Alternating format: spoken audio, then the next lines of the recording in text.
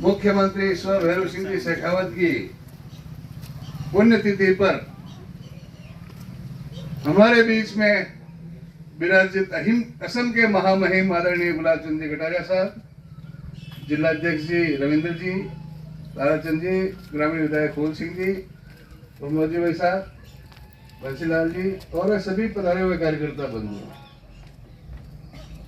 हमें सौभाग्य है कि उदयपुर के अंदर आदरणीय कटारिया साहब के द्वारा ये निर्देशित किया गया था कि एक ऐसे महामनीषी जिन्होंने अंत्योदय और उसका पूरा का पूरा राजस्थान पैटर्न जो पूरे हिंदुस्तान में फेमस हुआ था, भैरव सिंह जी की मूर्ति अवश्य लगवाओ।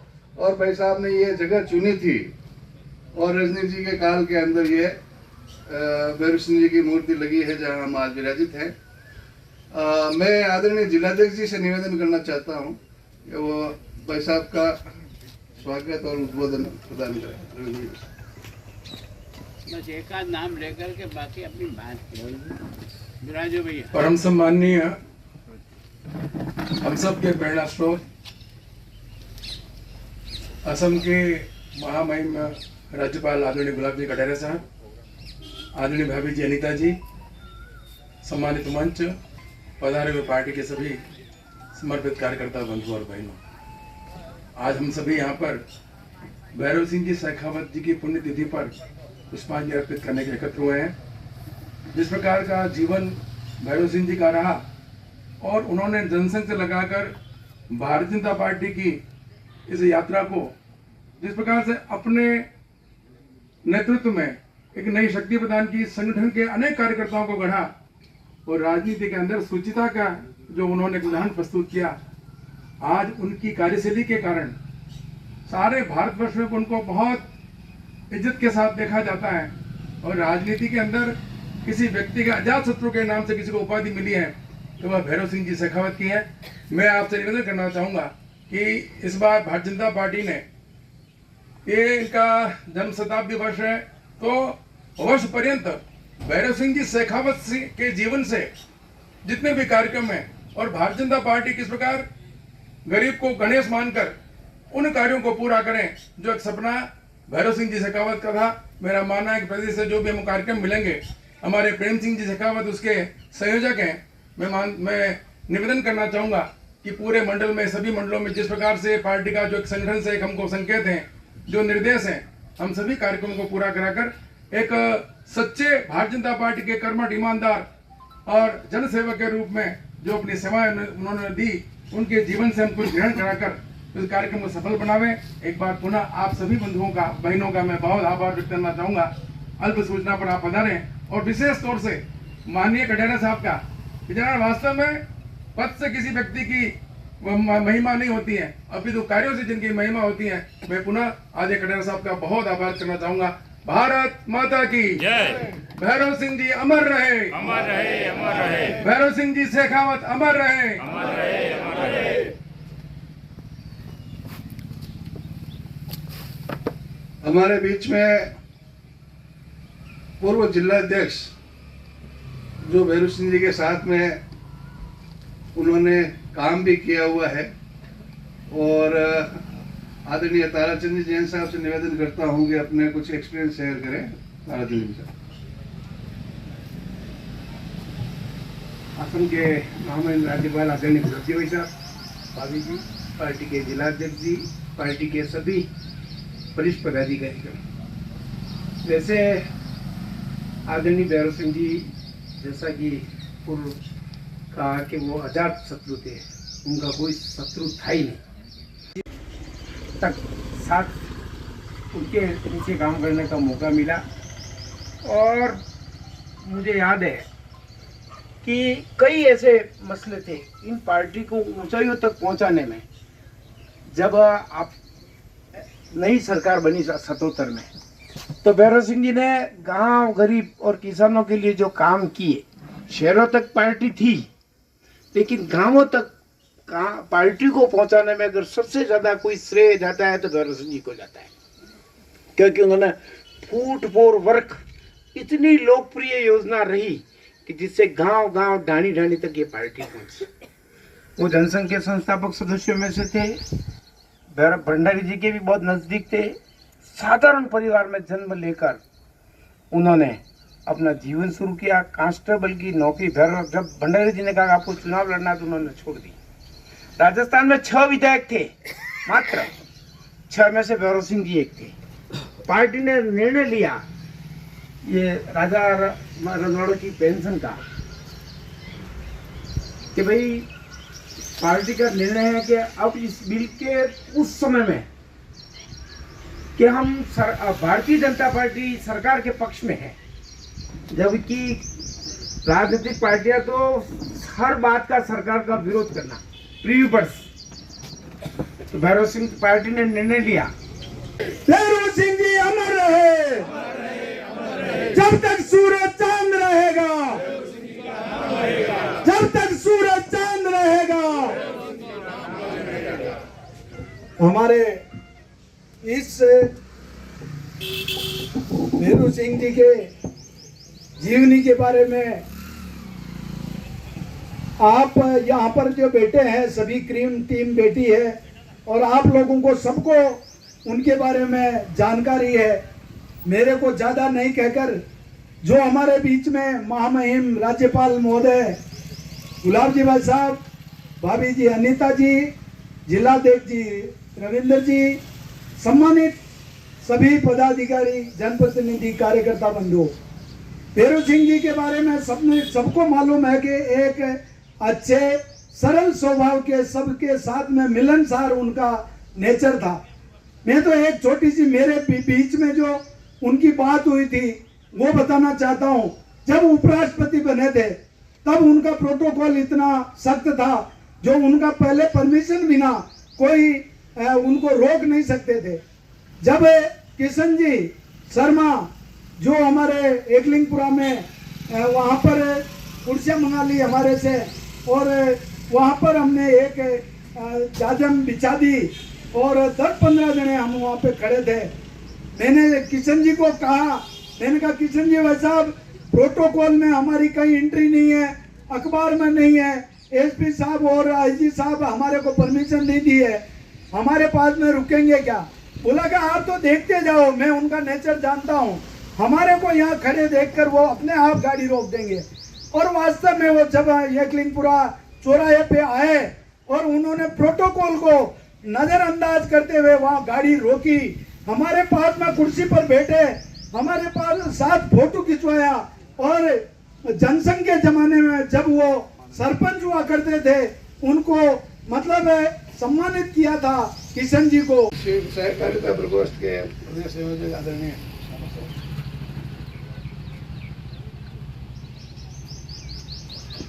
परम श्रद्धेय गुलाब जी भाई साहब, उपस्थित सभी पार्टी के वरिष्ठ पदाधिकारी बंधुओं और बहनों, जो पूर्व वक्ता उनका वास्तव में अगर जन जन में और कण कण में कहें, राजस्थान के किसी व्यक्ति ने पूरे राजस्थान को साक्षात जाकर के देखा और उसके बाद जब समय और अवसर मिला उसकी सफल क्रियान्विति की, उसका नाम पर्याय के रूप में भैरव सिंह जी शेखावत। निश्चित रूप से गांव-गांव और कल जब एक बात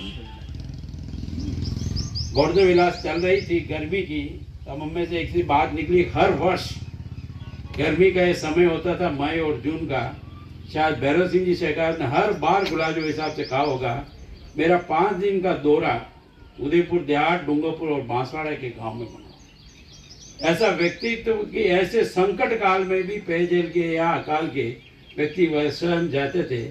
और हम सब जानते हैं कि आदरणीय भैरव सिंह जी शेखावत के व्यक्तित्व गतिविधि को हमने कई बार पढ़ा है, पर जिस अंत्योदय को एकात्म मानववाद के लक्ष्य के साथ अंत्योदय के रूप में पंडित दीनदयाल जी उपाध्याय ने रखा, उसको अगर संवाहक के रूप में तो उसकी सफल क्रियान्विति 70 से सीखी तो आदरणीय भैरव सिंह जी शेखावत ने की। और उसी कारण से आज पार्टी को ये कहते हुए गर्व महसूस होता है कि अंत्योदय के संवाहक आदरणीय भैरव सिंह जी शेखावत। मुझे तो सौभाग्य एक मोर्चे के रूप में उनको कई बार देखने का हमारे कार्यक्रम में भी मोर्चा सामान्य युवा मोर्चा था, पर उनको सुनने का परसों ये फोटो जयपुर से मंगाया। उस फोटो में युवा संसद में आदरणीय भैरव सिंह जी शेखावत, सम्माननीय सुंदर सिंह जी भंडारी, गुलाब जी भाई साहब और ओम जी बिरला, चारों उस कार्यक्रम में 3000 कार्यकर्ताओं को जो संबोधन दिया। भैरव सिंह जी की मेहनत थी राजस्थान में, और मेवाड़ के अंदर गांव गांव ढाणी ढाणी जाके जो संदेश पहुंचाया, ऐसे हमारे महामहिम आदरणीय खटेरा साहब से निवेदन करता हूं कि आपने बहुत लंबा समय उनके साथ निकाला है और बहुत जनसेवा के कार्य किए हैं, और आपके पास में उनके साथ रहने के बहुत किस्से हैं, वो हम सब लाभान्वित होंगे। आदरणीय खटेरा साहब।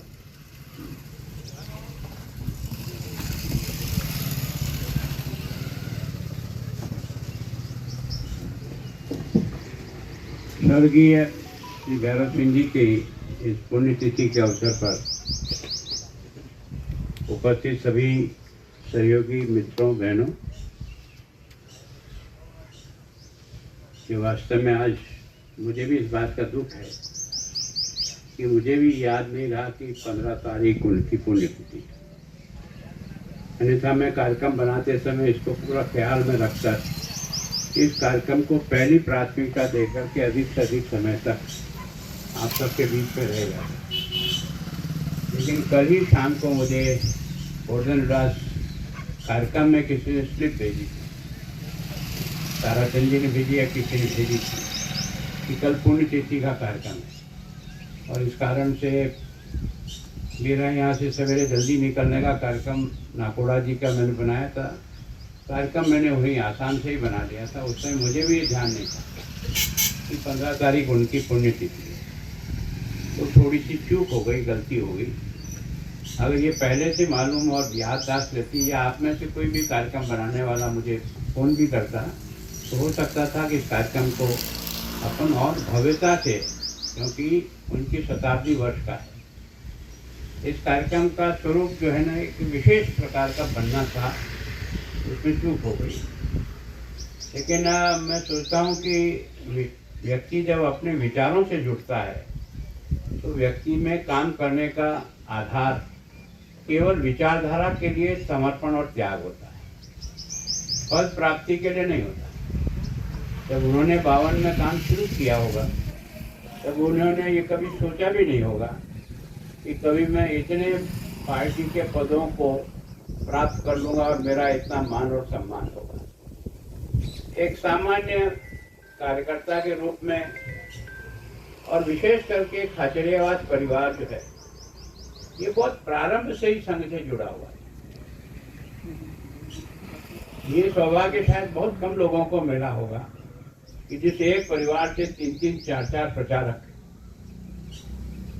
आपने देखा होगा लक्ष्मण सिंह शेखावत उसी परिवार, भंवर सिंह जी शेखावत उसी परिवार, उनके बड़े भाई नारायण सिंह जी जो प्रचारक तो नहीं थे, लेकिन उस समय की वर्किंग में प्रचारक से 4 कदम आगे कोई व्यक्ति कार्य कर सकता है, उसका नाम नारायण सिंह जी था। सुरेंद्र सिंह जी खाचरियावास हमारे प्रांत के संघ चालक थे उस समय।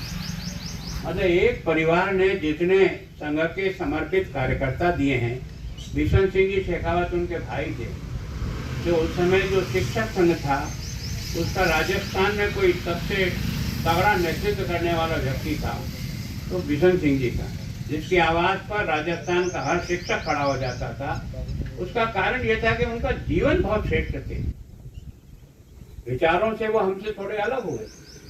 उन्होंने थोड़ा सा, फिर हमने सनाडे गुट बना करके एक अलग पैरेलल शिक्षक संघ बनाया, लेकिन उस व्यक्ति की समर्पण के कारण से अध्यापकों में जो छवि और जो पहचान थी वो वास्तव में एक साथ ही पारिवारिक संस्कारों से थी। भैरव सिंह जी भी उसी संस्कारों में पले, और इसके कारण से राजनीति तो बहुत बाद में आई, लेकिन संघ की वर्किंग बहुत पहले आ गई। और उन सब परिवार ने संघ के संस्कार के कारण से उस समय उस क्षेत्र से चुनाव लड़ाने के लिए कोई कार्यकर्ता मिलता ही नहीं था। केवल चुनाव इसलिए लड़ाते थे कि अपना नाम रहे, कम से कम इतने मत मिल जाए कि अपना पार्टी को राष्ट्रीय दल के रूप में मान्यता मिल जाए, हारना तो तय है, जमानत भी जब्त होना तय है, लेकिन उसके बाद भी अधिक से अधिक लोगों को खड़ा करके पार्टी की पहचान बनाने का प्रयत्न करना।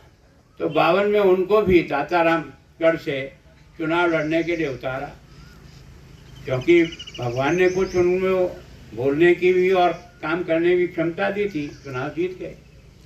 तो 52 में उस समय जब चुनाव जीता, जो पहला चुनाव था, उस समय जनसंघ एक तरह से राजपूतों के संगठन के नाम से बहुत बड़ी प्रभावी रूप से पार्टी जानी जाती, क्योंकि जितने भी राज परिवार थे वो अधिकांश वैचारिक दृष्टि से जनसंघ के साथ जुड़े, और उसके कारण से उस समय पहले चुनाव में 8 विधायक जीत करके आए थे जनसंघ के सिंबल।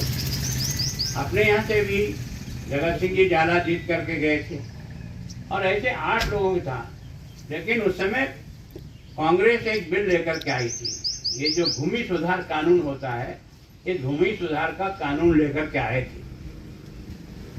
तो भूमि सुधार का मतलब ये था कि जो जमीन पर जिसका काम कर रहा है, जो वर्षों से खेती कर रहा है, उसको अधिकार मिले, चाहे वो भेड़ बेगारी कर रहा हो, चाहे वो कुछ भी कर रहा हो, पर कई पीढ़ियों से जो खेती कर रहा था उन लोगों को ये अधिकार मिले। इस कानून के बारे में जब चर्चा हुई तो पार्टी जनसंघ में पार्टी के विधायकों में ही एक विरोध खड़ा हो गया, क्योंकि सारे के सारे राज परिवारों से संबंधित थे अधिकांश लोग, और सबसे ज्यादा इसकी चोट किसी को पड़ने वाली थी तो समाज को पड़ने वाली थी।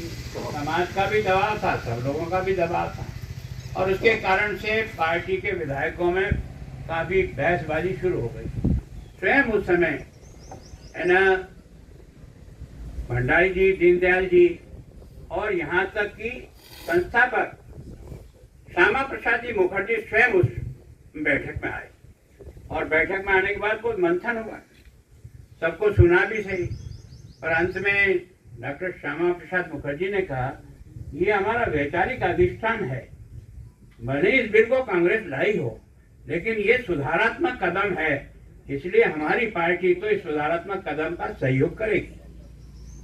बड़ा एकदम विरोध खड़ा हो गया, उन्होंने कहा हम इसके पक्ष में वोट दे दें। उन्होंने कहा जो जाना चाहे चले जाएं, जो जाना चाहे चले जाएं, कोई दिक्कत की बात नहीं, पर जनसंघ पार्टी इस बिल का समर्थन करती है चाहे कुछ भी रहे ना रहे। और इस कारण से बड़ी अजीब स्थिति में से जब लगा तो उस 8 में से 6 लोगों ने उठ करके चले गए, केवल 2 लोग बचे थे, इसमें एक भैरव सिंह जी बचे थे और जगत सिंह जी जाला बचे।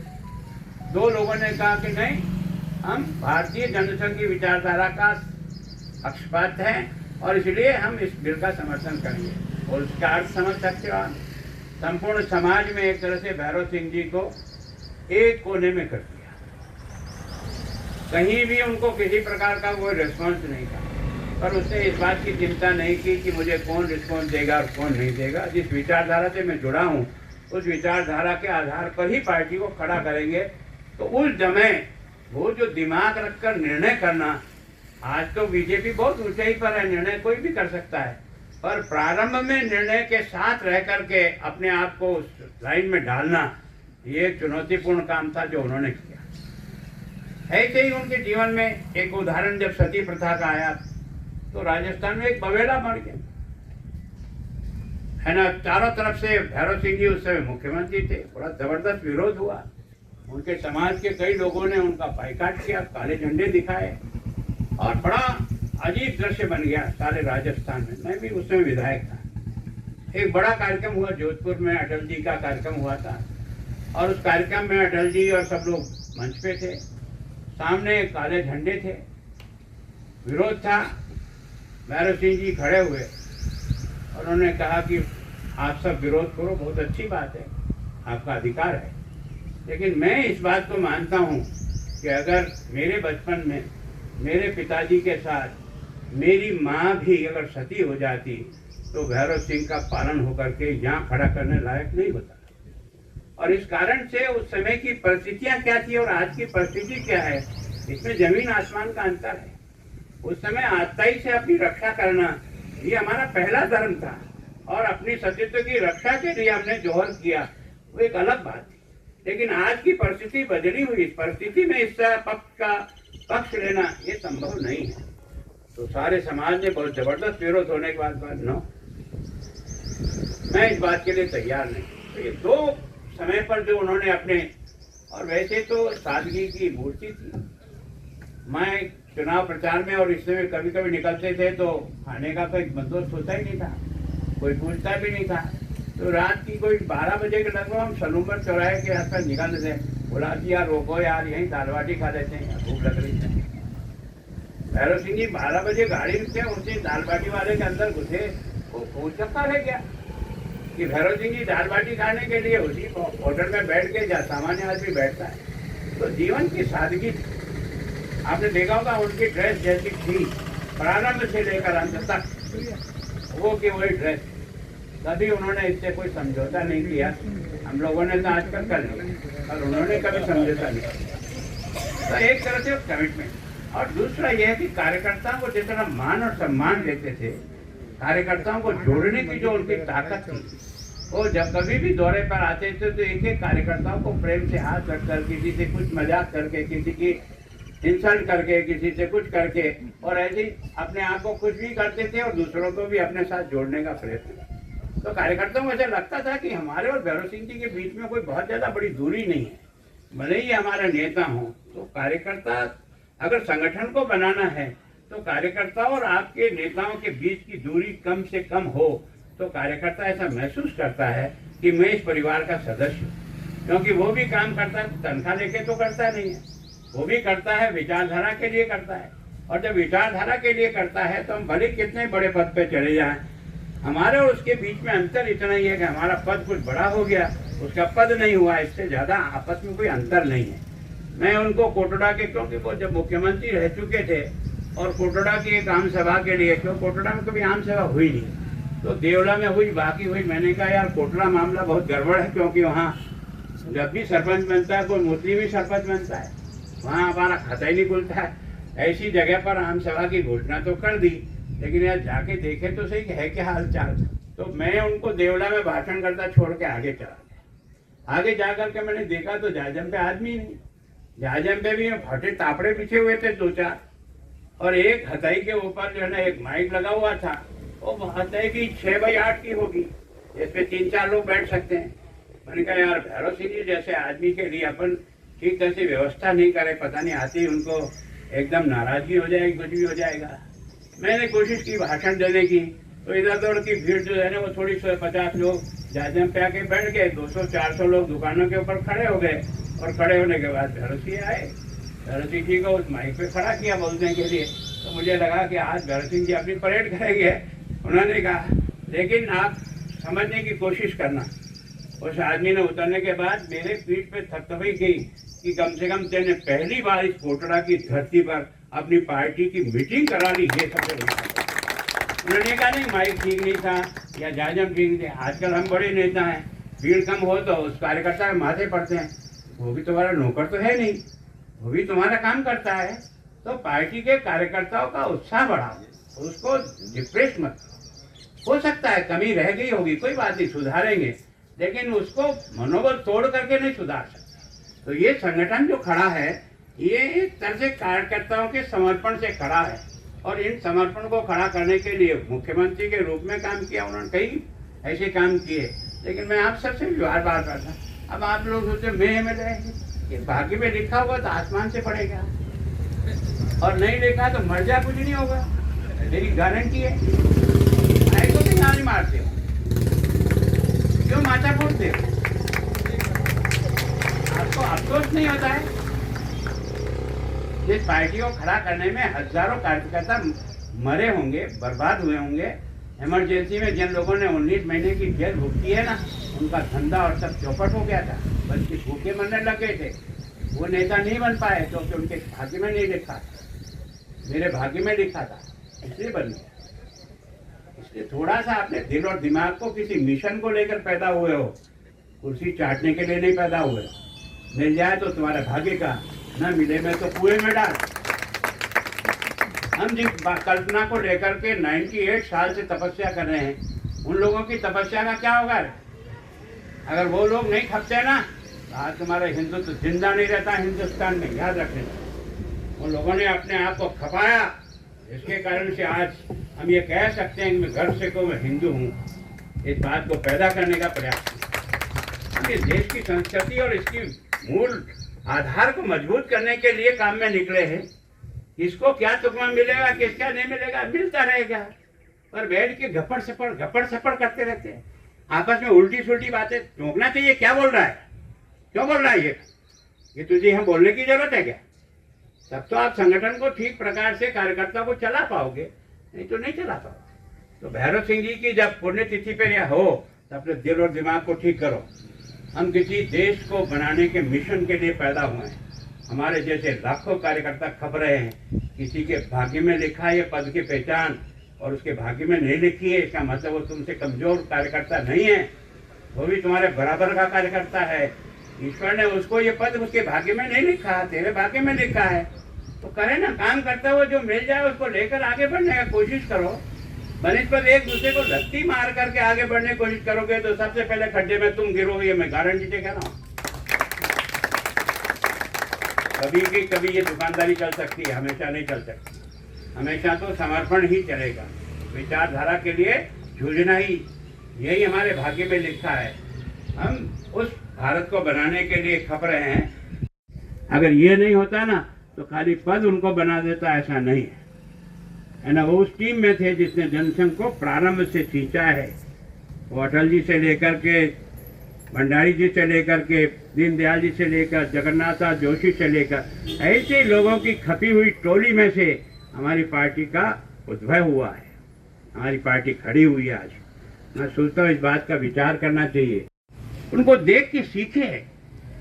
ये तो हमारा सौभाग्य था। रजनीश जी से मैंने कहा था कि ऐसे महान व्यक्तित्व का हमारे यहाँ स्टैचू लगनी चाहिए, और भगवान की भी क्या असीम कृपा थी, ऐसी स्टैचू कहीं भी हिंदुस्तान में न बनी है, आगे भी बनने की जरूरत नहीं। बिल्कुल जीती जागती, ऐसा दूर से अगर आप देखो ना तो भैरव सिंह जी खड़े ऐसा ही नजर आता है। अगर कोई कहे नहीं कि स्टैचू देख रहे हैं, ऐसा लगता है साक्षात वही खड़े हैं। तो ये जो सौभाग्य उदयपुर को मिला है, मैं सोचता हूँ हम सब कार्यकर्ता इससे प्रेरणा ले। मेरी मजबूरी है कि मैंने 3 बजे वहाँ कार्यक्रम दे दिया और 5-6 घंटे का रास्ता भी है, इसलिए मैं थोड़ा सा, आप में से कई लोग चाहते होंगे कि और कुछ बोले, लेकिन मैंने सोचा कि कार्यक्रम में भी मैं सहयोग और यहाँ सम्मिलित हो जाऊँ। मेरा सौभाग्य है कि ऐसी पुण्यात्मा के इस पुण्यतिथि पर मुझे भी 2 पुष्प उनके चरणों में चढ़ाने का सौभाग्य मिला, और 1 सेकंड के लिए अंतःकरण में सोचने के लिए मजबूर होना पड़ा कि हम किसी मिशन के लिए चले हैं, किसी देश को बनाने की कल्पना को लेकर के चले हैं, साक्षात भारत को, अतीत को जिंदा करने के लिए चले हैं, इसका मान और सम्मान दुनिया में जो था उसको स्थापित करने के लिए चले हैं। हमारी इस यात्रा में भैरव सिंह जी की आत्मा भी, भंडारी जी की आत्मा, दीनदयाल जी की आत्मा, सब आपको और हमको आशीर्वाद दे रही है कि अपने रास्ते पर मजबूती से आगे बढ़ो और बिना किसी स्वार्थ और लालच के बढ़ो। समय की कमी थी, वरना जिस तरीके से आदरणीय कटारिया साहब ने इतना लंबे समय तक भैरव सिंह जी के साथ में जनसेवा की, तो मैं सोचता हूँ घंटा, 2 घंटा, 3 घंटा भी कम होता है इतने, क्योंकि कटारिया साहब को याद भी बहुत रहता है एक एक किस्सा, एक एक क्षण की घटना। लेकिन फिर भी हम बहुत कुछ उनके बारे में आपसे हम जान पाए, और जो आज मैसेज भाई साहब ने दिया है उसको भी हम अपने मन में उतार के कि किस मिशन के लिए हम भारतीय जनता पार्टी में काम कर रहे हैं वो आगे हम सोच के चलें। मैं पूर्व सभापति आदरणीय युधिष्ठिर जी से निवेदन करता हूं कि धन्यवाद करें। सम्माननीय जिलाध्यक्ष जी, पार्टी के वरिष्ठ पदाधिकारीगण, सम्मानित कार्यकर्ता बंधुओं, सर्वप्रथम तो मैं अपनी ओर से भी उस पुण्य आत्मा के चरणों में अपनी श्रद्धांजलि अर्पित करता हूं। और जैसा गुलाब जी भाई साहब ने बताया, महामहिम जी ने बताया कि पार्टियां किस तरह से खड़ी होती है। व्यक्ति आते हैं, चले जाते हैं, लेकिन विचारधारा को लेकर जिस तरह से लोगों ने काम किया जिस संघर्षमय परिस्थितियों में काम किया, तो आज राजस्थान में भारतीय जनता पार्टी अपने आप में मायने रखती है। उसकी आधारशिला किसने रखी है? तो माननीय भैरव सिंह जी शेखावत और उनके साथ समर्पित कार्यकर्ताओं की टीम ने रखी है। आज उन सभी कार्यकर्ताओं का भी मैं यहाँ सम्मान व्यक्त करता हूँ, जिन्होंने संघर्ष काल में पार्टी के साथ अपने को खपाया। निश्चित रूप से ये पीड़ा रहती थी गुलाब जी भाई साहब की कि, लेकिन आज समय का परिदृश्य भी बदला है। समर्पण का भी मूल्य होता है, साधन का भी अपना महत्व होता है, लेकिन हम कार्यकर्ताओं के अपनी मेहनत के आधार पर इस बात का प्रयास करना है, समर्पण को उचित स्थान मिले, साधन को भी अपना उचित स्थान मिले। आज के इस पुण्य अवसर पर ये देखिए कितनी बड़ी बात है, किसी राज्य के महामहिम होते हुए भी सिर्फ इतनी जानकारी हो जाए कि मेरे नगर में मेरे जिनके साथ मैंने काम किया, भैरव सिंह जी शेखावत की पुण्यतिथि है। महामहिम ने आज इस कार्यक्रम के लिए अपना समय निकाला। मैं समस्त पार्टी की ओर से आपका हार्दिक आभार व्यक्त करना चाहता हूं और सार्वजनिक रूप से आपका अभिनंदन भी करना चाहता हूं। वैसे मैंने तो कई नेताओं को अपने जीवन में अपने साथ देखा है, लेकिन आप कार्यकर्ताओं के लिए किसी को देखने की आवश्यकता नहीं। अपने गुलाब चंद जी कटारिया को देख लो, आपको सब नेताओं की छवि उनमें नजर आ जाएगी। इसलिए ज्यादा कुछ न कहते हुए आप सब कार्यकर्ता एक संक्षिप्त आवेदन पर आप यहाँ पधारे। आप सबका हार्दिक आभार। पुनः विशेष रूप से माननीय महामहिम जी का आभार कि आपने पार्टी के कार्यकर्ताओं के साथ थोड़ा समय समर्पित किया, और जिलाध्यक्ष जी को भी मैं बहुत बहुत बधाई देना चाहता हूँ। कम समय में अच्छा कार्यक्रम आपने कर दिया और इसकी महामहिम की गरिमामय उपस्थिति से यह कार्यक्रम सफल हो पाया। एक बार पुनः सभी कार्यकर्ताओं का और उपस्थित सभी गणमान्य नागरिकों का हार्दिक आभार, अभिनंदन, धन्यवाद।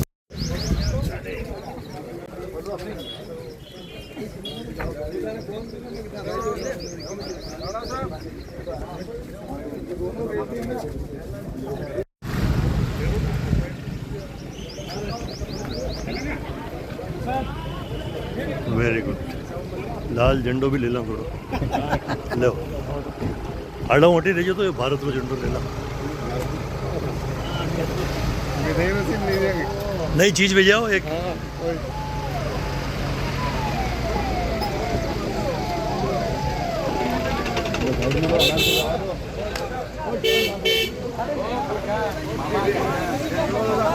भाई नमस्ते। वाह, अरे अध्यक्ष महोदय, वाह वाह, अति गाड़िया ला रहा था, फोटो ले लूँ।